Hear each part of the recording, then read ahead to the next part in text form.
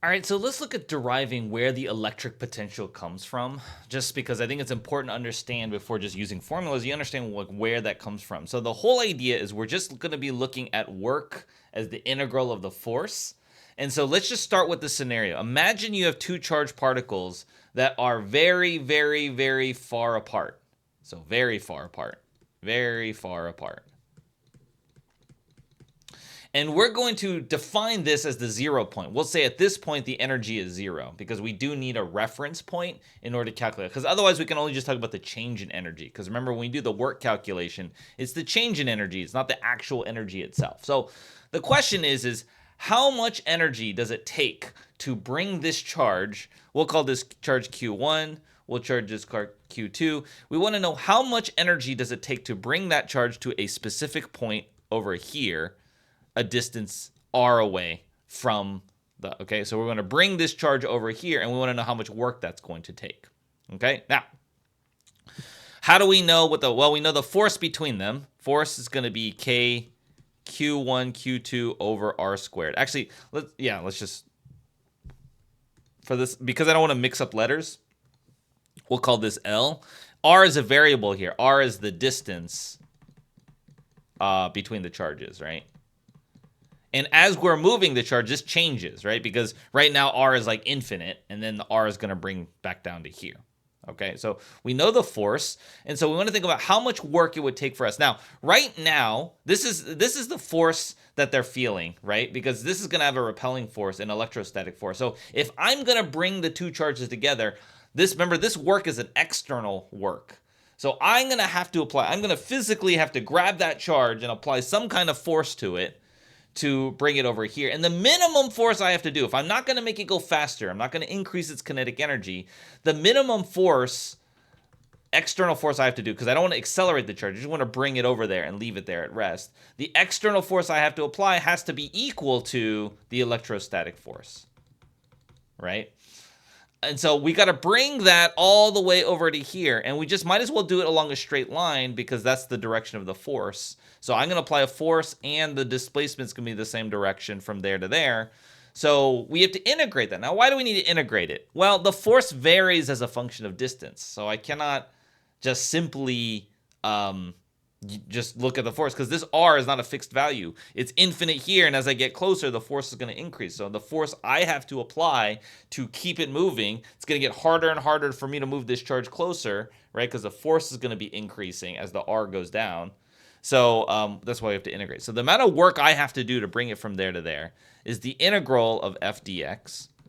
And so we're going to integrate from infinite distance all the way to a distance L of the force k q1 q2 over r squared dr. Okay? Because that's the variable we're integrating over. We're like chopping it up into little dr segments there like that. Okay, cool. So the k, q1, and q2 are constant, so it's really just the integral from infinity to L of dr over r, or r squared, right? Which you can rewrite as r to the negative 2 dr, and so we can do power rule, right? So this is going to be k q1 q2 r to the negative 1 over negative 1 from infinity to L. So let's put this negative k q1 q2 over r from infinity to L. And this is r is varying. All right, so it's negative k q1 q2 over r. Now, technically, your calculus teacher, don't let them see this. You are supposed to use a limit notation for infinities, but we're just going to simply plug them in, and we'll just plug it as infinity. This is a physics class, not a math class. Okay, so you're going to plug in L, and then you're going to plug in infinity. All right, you're not supposed to plug in infinity. Okay, so don't let your calculus teacher see this. Okay, so this infinity dividing by a huge, huge number is just going to go to 0. That's what that limit calculation is effectively doing there.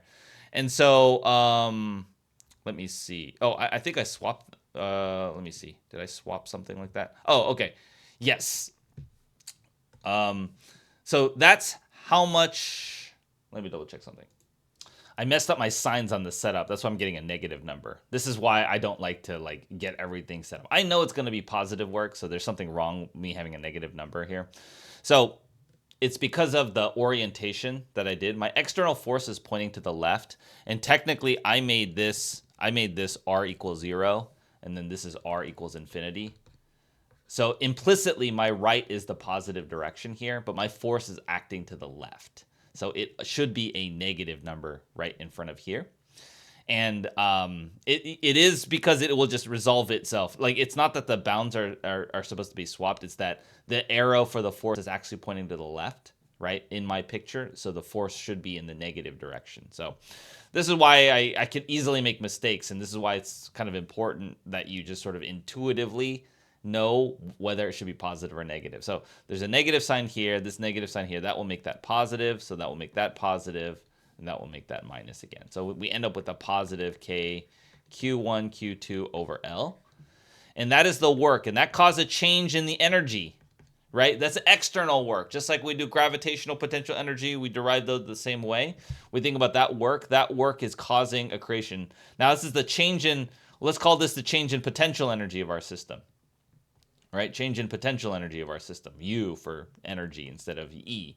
Well, the change in potential energy just means that we're going to end up with some energy minus the initial. But this is where we define when they're very far apart, we define that initial state where they're very far apart as 0.